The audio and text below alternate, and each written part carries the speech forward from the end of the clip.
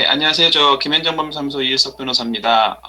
금일 그 블록체인 세미나에서 블록체인 및 가상자산 관련 법률 이슈라는 제목으로 발표를 진행하게 되었습니다. 이 세미나 준비 및 초대해 주신 관계자분들께 일단 감사 인사드리고요. 뭐 특정 주제에 대한 깊이 있는 논의보다는 이 업계에서 문제될 수 있는 좀 쟁점들에 대해서 전반적으로 그냥 가볍게 다루고자 합니다. 그래서 뭐 앞에서도 조금 설명이 있었지만 이제 뭐 샌드박스 규제라든지 어떤 새로운 사업 모델에 대한 규제에 대한 제한 뭐 이런 형태라기보다는 기존 법 체계에 비추어서 어떤 법률들이 좀 적용될 수 있고 문제될 수 있겠나. 네, 그래서 사실 일단 기존에 좀 이미 많이 알려져 있는 내용들도 일부 있을 수 있겠습니다만은 그 업계 관계자분들께서 보시면서 이러한 내용들이 이슈가 될 수 있겠다. 또 뭐 이런 부분이 검토가 필요하겠다는 관점에서 편하게 들어주시면 될 것 같고요. 그래서 뭐 블록체인 관련해서 이제 구체적인 형태에 따라서 뭐 의료법이라든지 부동산 관련 법률이라든지 여러 개별법 적용 문제도 있을 수 있겠지만 이제 공통적으로 문제될 수 있는 거는 좀 프라이버시 관련된 내용이 있을 것 같아요. 그래서 그 내용에 대해서 간단히 개인정보보호법 내용을 살펴보고요. 그다음에 이제 블록체인 산업이 결국은 가상자산과 따라서 따로 생각할 수가 없고 또 최근에 이제 가상자산 가격 변동성이 심해지면서 세관이나 이제 감독 당국의 관심도 높아지고 있고요. 그에 따라서 이제 업계 발전이나 소비자 보호 관점에서 접근이 모두 필요한 만큼 이 가상자산에 대해서 과연 지금 법률적으로 어떻게 이해를 하고 있느냐. 단순한 형식적인 논의가 아니라 이 가상자산의 법적 성격을 어떻게 정의하느냐에 따라서 어떤 규제가 적용되느냐 또는 그 관할권을 누가 가지느냐. 사업을 하는 사람 입장에서는 누구와 협의를 해야 되느냐 이런 실무적인 문제와 맞닿아 있기 때문에 이러한 관점에서 한번 살펴보도록 하겠습니다. 구체적으로 이제 뭐 특근법 내용 하고요. 그다음에 대다수 개인들이 이제 거래소를 통해서 거래를 하고 있는 만큼 거래소 내에서의 이 거래 성격을 법률적으로는 어떻게 봐야 되느냐. 그다음에 이제 뭐 최근 그 디파이나 그 STO 또 스테이블 코인 등 다양한 형태의 가상자산들이 나오고 있지만 최근엔 좀 NFT에 대한 관심들이 좀 있는 것 같아요.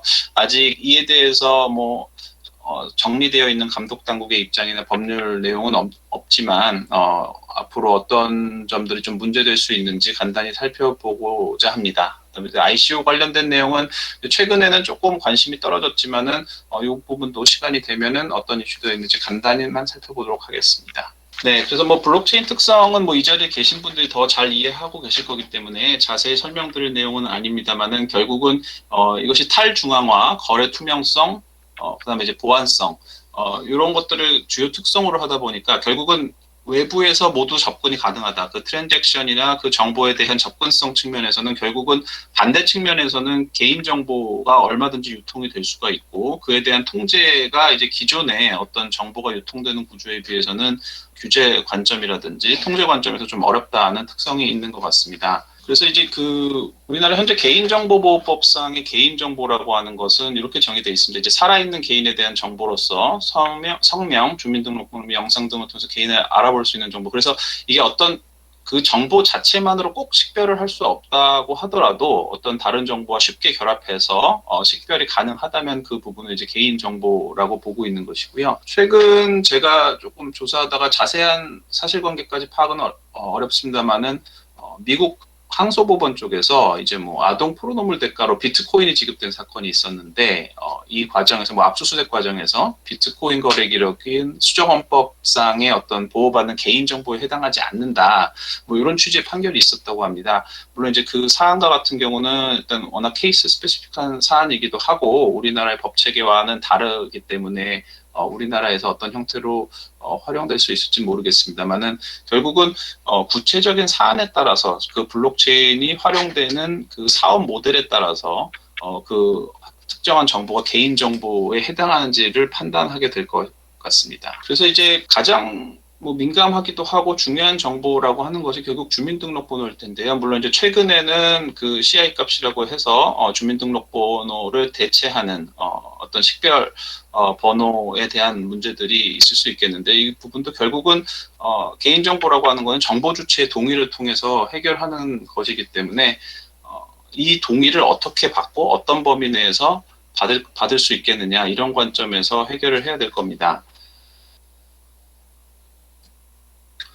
그래서 이제 동의를 받을 때 이제 그 정보 주체한테 동의를 받을 때 고지해야 되는 사항이 이제 법정되어 있는데요. 결국은 뭐 말들은 여러 가지가 써 있지만 결국 내 정보를 누가 받는 거냐, 그리고 이걸 왜 쓰는 거냐, 그리고 또 뭘 제공할 거냐, 구체적으로 어떤 범위까지, 그리고 또 이걸 얼마나 오랫동안 쓸 거냐, 이제 이런 문제입니다. 근데 이제 블록체인과 같은 경우에는 이제 이게 계속 그 어떤 중앙의 중개자가 관리하는 것이 아니라 이제 각 개인들이 각 노드들에서 이제 참여하는 것이기 때문에 혹시 이 블록체인 노드 참여사가 이제 추가될 경우에 이 부분에 대해서 계속 개별적으로 동의를 얻어야 되는 거냐, 아니면 이제 이 부분에 대해서 사전에 포괄적인 동의가 가능한 것이냐, 또 동의가 가능하다면 어떠한 형태를 받을 것이냐, 이런 부분에 대해서 논의가 필요할 것입니다. 그래서 이 부분도 결국은 구체적인 사업 모델에 따라서 조금 달라질 수 있을 것 같고요.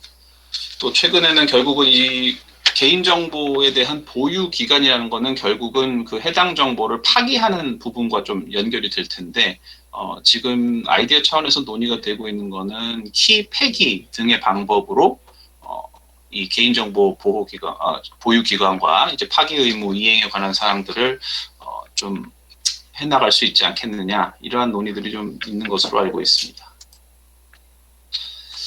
네, 그래서 뭐 블록체인과 관련해서는 개별적인 사안을 검토하기보다는 이제 좀 공통적으로 적용될 수 있는 개인정보 부분에 대해서 간단히 살펴봤고요. 다음으로 이제 가상자산에 대해서 과연 우리 법률은 어떻게 정의를 하고 그 법적 성격을 어떻게 이해해야 되는지에 대해서 간단히 살펴보겠습니다. 모두 다 물론 아시겠지만 현재 당연히 그 가상자산과 블록체인과 관련해서 규율하고 있는 법률은 특정금융정보법이 유일하고요. 이 부분도 이제 2021년 3월 25일부터 시행됐습니다. 그래서 아직 어떤 이 법률이 구체적으로 적용된 사안이라든지 감독 당국의 입장이 명확하지 않은 측면이 있어서 좀 애매한 면이 있습니다만, 일단은 기존 법률에 편입이 됐다는 점에서 일단 의의가 있는 것 같고요.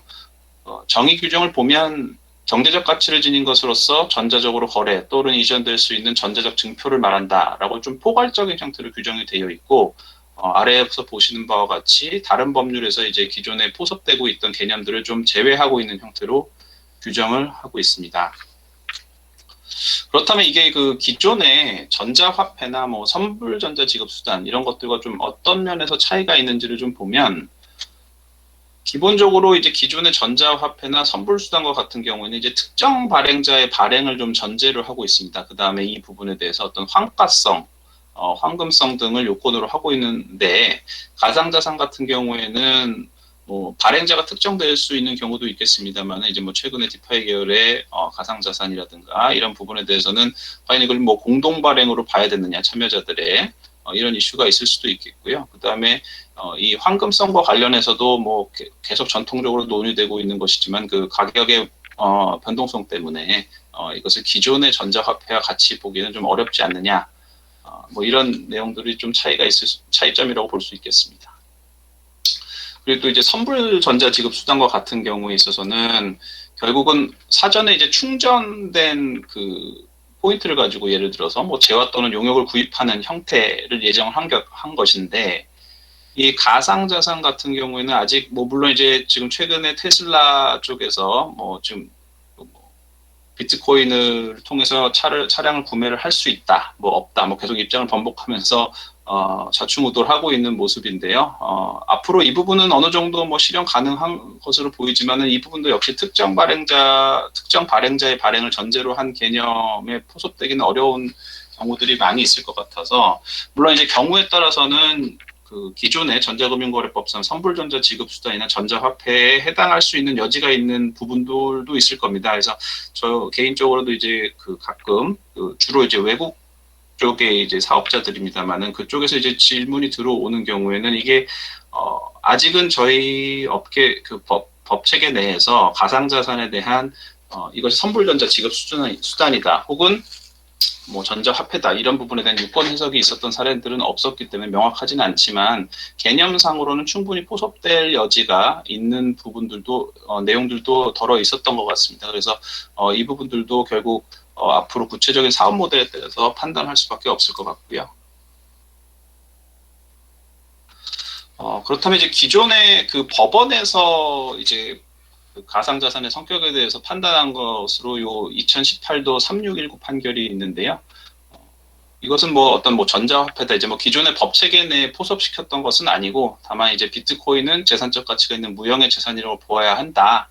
그래서 이 정도 선에서 일단 어떤 재산적 가치를 인정했다. 이 정도에서 의의를 찾고 있고요. 아직은 어떤 그 정형적인 개념에 포섭했다고 보기는 어려운 것 같습니다. 그래서 결국은 이 그 논의를 하는 이유가 뭐냐, 이 부분에 대해서 생각을 하는 이유는 뭐냐라고 하는 것을 보면 결국은 앞에서도 말씀드렸습니다만은 이건 결국은 이 부분에 대한 관할권과 규제를 누가 할 것이냐의 문제가 결국 맞닿아 있는데요. 최근에 이제 그 특검법이 시행되면서 그에 대한 그 신고에 관한 관할권은 이제 FIU 쪽, 그 다음에 뭐 감독당국 FSS, 그 다음에 금융위원회 쪽에서 이제 가져가는 것으로 뭐 당연하겠습니다만은 가닥을 잡고 있는데 이제 미국에서도 이 부분에서 통화감독청이냐 또 SEC냐 뭐 선물 거래에 대해서는 CFTC냐 뭐 이런 부분에 대해서 관할권에 대한 논의가 쭉 있었던 것 같습니다. 그래서 이 부분들에 대해서 한번 살펴보면 이게 뭐 물론 당연히 법률상 강제 통용령이 인정되지는 않기 때문에 기존의 피앗머니 뭐 법정 통화라고는 볼 수 없겠습니다. 다만 이제 이게 어떤 그 지급 결제 수단이나 유통성의 관점에서 봤을 때 통화라고 볼 수 있느냐. 최근에 사실 문제됐던 거는 리브라 코인이 대표적인 예였던 것 같은데요. 리브라 코인은 아마 처음에는 뭐 USDC나 그다음에 재팬옌 등 뭐 5개 통화 바스켓을 통해서 그걸 기반으로 발행을 해서 뭐 인플레이션 등에도 보호 가능하다. 이런 것을 표방하면서 발행을 이제 시도를 했지만 다 아시다시피 현재는 그 보류 중인 것으로 이해가 되고요. 결국은 이게 이제 통화로서의 수단을 계속 강구하는 과정에 있어서 그 기존의 정책 당국의 어떻게 보면 심기를 건드렸고 또 기존의 법정 통화에 대한 어쨌든 도전이라고 받아들일 수 있었던 측면이 좀 크게 작용했던 게 아닌가 싶습니다. 다음은 이제 증권이냐에 해당하느냐의 문제인데요. 결국은 이거는 이제 자본시장법상의 증권에 해당을 하게 되면 기존의 이제 자본시장법에서 규정하고 있는 발행 규제라든지 이 가상자산의 거래와 관련해서 발생할 수 있는 여러 가지 시장 규제들, 즉 투자자 보호와 관련된 시세 조정에 관한 규정들, 미공개 이용 정보 이용 금지 또는 이용자에 대한 설명을 묻은 여러 가지 그 적용 문제가 파생될 수 있는 부분이기 때문에 매우 민감한 문제입니다. 다만 아직까지 그 자본시장법상 증권에 해당한다라고 어떤 판단의 기준이나 이런 것들이 명확히 제시된 것은 없고요. 다만 이제 미국에서 소위 말하는 호의 테스트라는 것이 있는데 이제 투자계약 증권에 해당하는지 여부를 판단하는 기준이 있습니다. 최근에 이제 리플에 대해서 SEC가 이것이 증권에 해당한다는 취지로 해서 문제를 삼고 있는데 이 부분은 사실 이론적으로 보면은 물론 이제 우리나라 법 체계와는 차이가 있습니다만은 구체적인 가상자산의 형태에 따라서 자본시장법 증권의 개념에 포섭될 여지도 있는 부분이 있습니다. 다만 이 부분은 워낙 논의가 첨예하게 대립되는 부분이고요. 향후 또 이제 뭐 업거법이 들어온다든지 이런 부분을 통해서 해결하는 것이 맞는 것으로 생각이 되고 기존의 앞에 강의에서도 언급이 되었습니다만은 기존의 자본시장법 체계라는 것이 이제 지금 형태 블록체인이나 가상자산 생태계를 전제로 하여 입법된 것이 아니기 때문에 직접 적용됐을 경우에 또 이게 무리한 규제라고 판단할 여지도 분명히 있어서 이런 부분들에 대해서는 앞으로 규제 당국하고 이제 실제 사업하시는 분들 사이의 의견 조율이라든지 계속 노력이 있어야 될 것 같습니다. 네, 그다음에 이제 뭐 파생 상품과 관련해서는 이제 기존에 이제 금융위 쪽에서 그 비트코인은 이제 파생 상품의 기초 자산을 볼 수 없다는 취지의 입장 표명이 있었는데요. 다만 지금 최근에 미국에서는 또 ETF 승인과 관련된 논의들이 좀 있었던 것 같습니다. 최근에 그 SEC 위원장으로 임명된 게리 젠슬러가 다소 이 부분에 대해서 보수적인 입장을 표명한 것으로 최근에 전해지고 있는데 이 부분도 앞으로 어떻게 처리가 되는지 귀추가 주목되고 물론 이제 우리나라 규제에 대한 내용은 아니지만 계속 이제 모니터링을 하면서 저희도 어떻게 대응할지 또 규제 관점에서 어떻게 봐야 할지 좀 관심 있게 볼 필요가 있을 것 같습니다.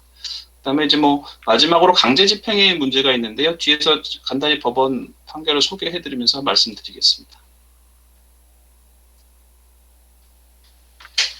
네, 그래서 자본시장법상 그 증권의 개념을 뭐 이 자리에서 자세히 설명드릴 필요는 없을 것 같고요. 다만 이제 그 한 가지 생각해 두실 필요가 있는 것은 우리나라 이제 자본시장법의 증권이라는 것은 이제 기본적으로 투자성이 당연히 있어야 되는데 밑에서 보이는 것처럼 채무증권, 지분증권, 수익증권, 투자개혁증권 등 좀 그 6가지 유형에 포섭될 수 있는 형태가 돼야지 증권에 해당한다고 보고 있습니다. 따라서 기존의 정의 규정에 그 기존의 사업 모델상 발행하는 어떤 가상자산이 이 기존의 정의 규정에 좀 부합한다고 볼 여지가 있다면 이제 자본시장법상의 적용 가능성을 완전히 배제하기는 어려울 것 같습니다. 네, 그래서 뭐 채무증권이라고 하는 거는 이제 기본적으로 우리가 흔히 알고 있는 채권에 대한 것이라고 이해하시면 되고요. 그래서 특정인에 대해서 지급을 청구할 권리가 있느냐. 이제 대부분의 가상자산은 뭐 특정인에 대한 지급 청구를 전제로 한 것은 아니기 때문에 대부분 이에 해당하지는 않을 것으로 생각이 됩니다. 이제 앞에서 말씀드렸다시피 이제 좀 가장 첨예하게 의견 대립이 있을 수 있는 부분이 투자계약증권 부분인데요. 결국 이 부분도 지금 미국에서 논의되고 있는 것처럼 리플과 SEC와의 싸움, 이 부분의 진행 과정을 좀 살펴보시면 재밌게 보실 수 있을 것 같습니다.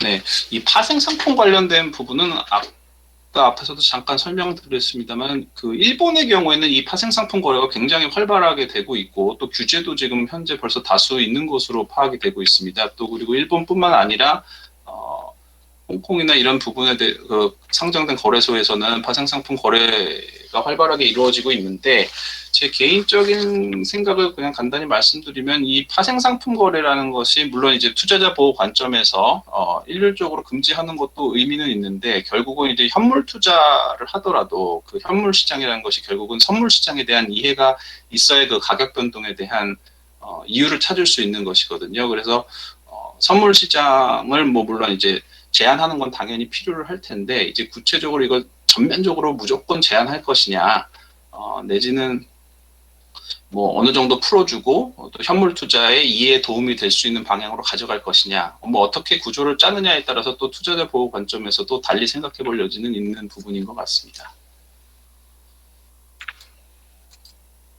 네, 이것이 이제 그 앞에 강제 집행과 관련된 그 비트코인에 대한 판결인데요. 이거는 이제 2심에서 선고된 판결인데 대법원에서 상고가 기각돼서 그대로 확정된 내용입니다. 기본적인 내용은 이제 범죄수익은닉규제법상의 이제 몰수 대상이 된다는 것인데요. 다만 이제 이게 어떤 보편화된 법률에 근거한 것이라기보다는 범죄수익의 환수라는 관점에서 판단된 것이라서 좀 일반화하기 어려운 측면은 있습니다. 다만 제가 파악한 바로는 이 판결 이후로 가상자산 관련된 어떤 가압류나 강제 집행에 관한 신청이 좀 늘고 있다는 것이고요. 다만 이제 그 어떤 비트코인이나 가상자산 자체에 대한 강제 집행이라기보다는 가상자산 지급 청구권에 대한 그 채권에 대한 어떤 강제 집행 시도가 좀 있는 것 같습니다. 민사적인 관계에서요. 그래서 이런 부분도 앞으로 법원에서 어떤 판례를 축적하고 법리를 구성하는지를 좀 살펴보면은 도움이 될 것 같습니다. 앞에서 이제 가상자산 성격에 대해서 간단히 좀 살펴봤고요. 가상자산 관련 입법 동향에 대해서 좀 간단히 설명드리겠습니다. 네, 아시다시피 이제 특검법이 올해 3월부터 이제 시행이 됐고요. 다만 이 법률은 업권법 형태가 아니고 이제 기존의 그 자금 세탁 방지 관점에서 FATF 가이드라인에 따라서 이제 개정이 된 내용이다 보니까 아무래도 이제 규제 관점에서 법률 내용이 들어가 있습니다. 그래서 이 주요 내용은 결국 가상자산 사업자와 그 가상자산 사업자와 거래하는 금융회사에 대한 규제 내용인데요. 가장 이제 가상자산 사업자 입장에서 지금 관심을 갖고 있는 것은 이제 사업자 신고에 관한 내용이죠. 그래서 올해 9월까지 일단은 신고를 마쳐야 계속 이제 영업을 할 수 있는 것으로 이제 논의가 되고 있는데 그 각 요건들과 관련해서 좀 문제들이 많이 되고 있는 것 같습니다. 네, 가상자산에 대한 정의는 앞에 살펴보시고 넘어가고요. 발표 시간은 5분 내에 마무리해 주시면 고맙겠습니다. 네, 알겠습니다. 예, 이 그 가상사업 가상자산 사업자 같은 경우에는 이제 그 특근법상에는 굉장히 포괄적으로 규정이 되어 있습니다. 그래서 가상자산 매수도에 관여만 하는 영업을 하더라도 당연히 이제 특근법의 적용을 받는 것처럼 일단 형태는 규정은 되어 있는데요. 그 금융당국에서 배포한 신고 매뉴얼을 보면 이제 주요 가상자산 사업자라는 개념을 설정을 해서 이제 거래소나 어떤 지갑업자, 커스터디업자를 이제 분류를 하고 단순히 수동적으로 어떤 거래 장만을 제공한다든지 개인키 통제권을 갖지 않는 어떤 그 서비스, 지갑 서비스나 커스터디 업자들의 경우에는 이제 신고 의무에서 제외를 하고 있습니다. 그래서 이런 규제들은 이런 형태로 유지가 된다면 다소 이제 현실을 반영한 합리적인 것으로 이해가 되고요. 결국은 이제 법조문 자체는 굉장히 포괄적으로 되어 있지만 구체적인 신고 의무가 있느냐 없느냐는 구체적인 사안에 따라서 협의 가능성이 있을 것으로 보고 있습니다. 아시다시피 이 특검법상에는 여러 가지 이제 문제들이 있는데요. 현실적으로 이제 트래블 룰이나 고객 확인 제도와 같이 사업자가 신고 의무를 이행했더라도 현실적으로 어느 범위까지 이제 트래킹을 할 것이냐, 어느 범위까지 트래킹을 하면 해당 법을 준수한 것을 볼 것이냐, 뭐 이런 부분에 대해서도 이제 향후 감독 당국과 법 적용 문제에 있어서 이제 사업자들 간의 이제 협의 문제가 계속 남아 있을 것 같고요. 이제 ISMS 인증과 같은 부분에 대해서도 뭐 해외 사업자들 같은 경우에는 관심을 많이 가지고 있는 것 같습니다. 또 특히 4번의 실명 확인 입출금 계정 서비스 같은 경우에는 뭐 아시다시피 현재 지금 은행과 기존 사업자 분들 사이에서 계속 조율을 하고 있는 것으로 이해되고 있습니다. 네, 뭐 가상자산 거래 관련 이슈는 저희가 이제 가상자산 거래는 기본적으로 채굴을 통한 원시 취득이라든지 개인 간의 월렛을 통한 거래라든지 또 거래소를 통한 거래, 그다음에 뭐 판매 대가로 취급하는 여러 가지 형태가 있을 수 있는데요. 거래소를 통한 거래라는 거는 기본적으로 이제 거래소에 입금하고 출금하는 부분에 대해서는 이제 블록체인의 관점에서 이해가 되지만 가상자산 거래소 내에서 이제 거래를 하는 것은 어떤 포인트를 지급받고 그 포인트를 가지고 거래를 하는, 즉 원장 내 거래에 불과하기 때문에 이 자체는 이제 블록체인과는 무관합니다. 그래서 법률적으로 보면은 이제 원화 입금을 해서 어떤 포인트를 획득하는 것은 원화와 KRW 포인트 사이의 매매 계약, 일종의 매매 계약이라고 볼 수가 있고요. 그다음에 회원이 원화의 소유권을 이전하고 그 KLW 포인트 상당의 원화 교환 청구권만을 소유한다고 이해하시면 됩니다. 그래서 앞에서 말씀드렸다시피 강제 집행에 관한 문제도 또는 가압류에 관한 문제도 지급 청구권에 대해서 주로 문제가 되고 있다는 것들은 이제 이런 부분과 연계해서 생각해 보실 수 있을 거고요. 자, 이제 마지막으로 이제 NFT 관련해서 잠재 이슈 몇 가지만 살펴보도록 하겠습니다. 뭐 아시다시피 이제 기존의 가상자산과 좀 다른 형태로 일단 좀 유니크한 재산 형태로 만들어지는 것이 이제 NFT고 이 NFT가 지금 여러 가지 형태로 좀 구현이 되고 있습니다. 최근에 이제 뭐 엄청나게 고액으로 수백억의 가치로 팔린 뭐 미술 작품도 있었고요. 그다음에 여기서 보시다시피 뭐 유명 농구 선수의 덩크슛 영상한 NFT 상품, 뭐 앨범 발행 기사도 있는데 최근에 좀 저희 우리나라에서 문제가 되고 있는 것은 게임 아이템과 관련된 부분인 것 같아요. 그래서 뭐 여기서 지금 이 화면에서 보시다시피 기존에 이제 특정금융정보법이 적용될 가능성이 있느냐, 또 이제 보다 중요한 거는 이 NFT 자체가 기존에 있는 자산을 토대로 뭔가 더 얹어져서 만들어지는 거다 보니까 이게 이제 NFT화한 자산 자체에 대한 권한자와 그것을 활용하기 전 상태에 있는 자산의 권한자가 다르다 보니까 이 부분에 대해서 권리자의 허락 없이 NFT를 발행하는 경우에 지적재산권 분야에서 다툼이 향후 이제 생길 수 있는 부분인 것 같아요. 그래서 이 부분도 어떻게 해결할지는 향후 추이를 좀 지켜봐야 될 것 같습니다. 그리고 이제 최근에 문제되는 것은 게임산업진흥에 관한 법률하고 사행위 및 규제 처벌특별법상 이제 사행성이 있는 게임 부분에 대해서는 이제 게임을 등급 분류 거부할 수 있다는 취지의 이제 내용들이 있는데요. 그래서 NFT화한 게임 아이템, 즉 이 게임 아이템을 어떤 그 오픈시 마켓이라든지 세컨더리 마켓에서 이제 거래를 할 때 이걸 과연 그 게임물 자체에 어떤 사행성이 있다고 볼 것이냐, 이런 부분에 대해서 좀 다툼이 생기고 있는 것 같습니다. 이 부분은 결국 도박죄 부분의 어떤 우연성 개념과 또 결합하여 게임 아이템 자체가 문제되는 경우도 또 있을 수가 있고요. 그래서 현재는 가장 가시적으로 이제 법률상 쟁점이 나오고 있는 것은 게임과 관련된 NFT 문제인 것 같습니다. 그래서 이 부분도 향후 어떻게 해결되는지 좀 관심 있게 지켜볼 필요가 있을 것 같습니다. 네, 뭐 ICO 관련된 부분은 이제 시간 관계상 좀 넘어가도록 하고요. 앞으로 제가 뭐 이 부분에서 좀 전반적으로 한 번씩 언급을 하려고 했는데 이제 시간 관계상 이제 언급은 못했는데요. STO나 이제 뭐 스테이블 코인 같은 경우는 이제 그 가격이 아무래도 법정 통화와 이제 연계가 있다 보니까 이제 기존 법률 체계, 외국 환거래법 이제 이런 부분에 대해서 적용 가능성이 있을 것이냐, 뭐 이런 부분에 대해서 의견이 분분할 수 있을 것 같습니다. 그래서 그런 부분에 대해서도 향후 어떻게 이제 저희 논의들이 진행되는지 귀추가 주목될 것 같고, 이제 뭐 텍스에 관한 부분도 이제 내년부터 우리나라에서 본격적으로 시행된다고 하니까 이 부분도 구체적으로 어떻게 운영될지, 거래소 내에서의 거래의 모든 부분에 대해서 텍스가 부과될지 아니면 입출금 할 때 부과가 될지 이제 구체적으로 여러 가지 형태가 나오고 법률적 문제가 많이 발생할 것 같습니다. 그래서 이제 이런 부분들도 이제 향후 판례가 쌓이고 관례가 어떻게 되는지에 따라서 이제 조정이 있을 수 있을 것 같고요. 그래서 이 부분들도 모두 좀 관심 있게 살펴보면은 될 것 같습니다. 수고하셨습니다. 예.